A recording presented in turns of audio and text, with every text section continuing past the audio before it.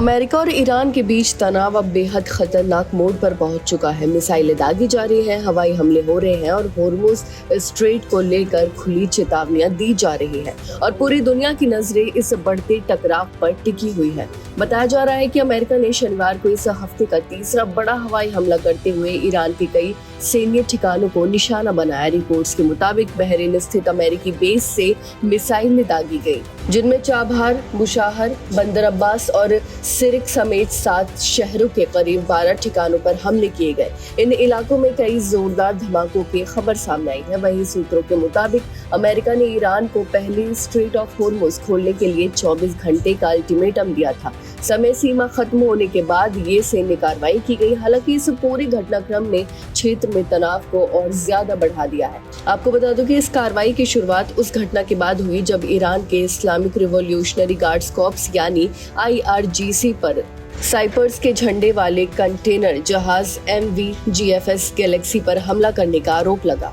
अमेरिकी central command यानी CENTCOM का दावा है कि ये जहाज होर्मुज स्ट्रेट से गुजर रहा था, तभी उस पर हमला किया गया। वहीं सेंटकॉम के अनुसार हमले के बाद जहाज में आग लग गई और इंजन रूम को भारी नुकसान पहुंचा। जहाज अपनी यात्रा जारी नहीं रख सका, जबकि एक नागरिक क्रू मेंबर के लापता होने की भी जानकारी सामने आई है।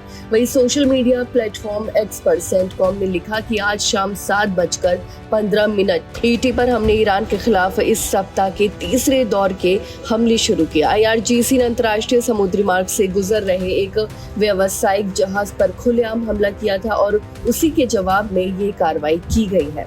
वहीं अमेरिकी सेना ने साफ कहा है कि इससे पहले भी ईरान को व्यावसायिक जहाजों पर हमलों को लेकर चेतावनी दी गई थी और समझौते का पालन करने का मौका भी दिया गया था, लेकिन ईरान ने अपनी गतिविधियां नहीं रोकी। वहीं अमेरिका का कहना है कि उसका उद्देश्य ईरान की उस क्षमता को कमजोर करना है जिससे वो नागरिक जहाजों और अंतर्राष्ट्रीय व्यापारिक मार्गों को निशाना बना सके। वहीं अमेरिकी रक्षा मंत्री पीट हेग्सेट ने भी कड़ा संदेश देते हुए कहा कि ईरान ने गलत फैसला किया है और अब उसे इसकी कीमत चुकानी पड़ेगी। लेकिन अमेरिका की कार्रवाई से पहले ही ईरान ने भी कड़ा कदम उठा दिया। IRGC ने घोषणा की कि अगले आदेश तक होर्मुज स्ट्रेट बंद रहेगा। ईरान का कहना है कि जब तक अमेरिका पश्चिम एशिया में अपना हस्तक्षेप बंद नहीं करता, तब तक इस रणनीतिक समुद्री मार्ग से किसी भी जहाज को गुजरने की अनुमति नहीं दी जाएगी। IRGC ने यह भी चेतावनी दी है कि अगर इस फैसले को बहाना बनाकर ईरान पर दोबारा हमला किया गया तो जवाब पहले से कहीं ज्यादा सख्त होगा। साथ ही अमेरिका, इजराइल और उन क्षेत्रीय देशों को भी जिम्मेदार ठहराया गया है जहां अमेरिकी सैन्य अड्डे मौजूद हैं। हालांकि बढ़ते सैन्य तनाव के बीच कूटनीतिक कोशिशें भी जारी हैं। कतर के प्रतिनिधि अमेरिका और ईरान के बीच बातचीत दोबारा शुरू कराने के प्रयास में ईरान पहुंचे हैं।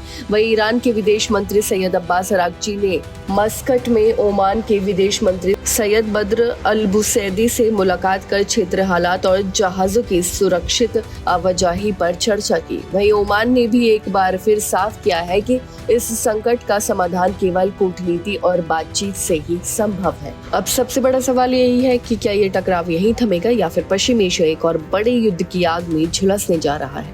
आपकी इस बारे में क्या राय है, हमें कमेंट करके जरूर बताएं। फिलहाल इस खबर में बस इतना ही और ऐसे ही तमाम खबरों को देखने के लिए देखते रहिए भारत एक्सप्रेस।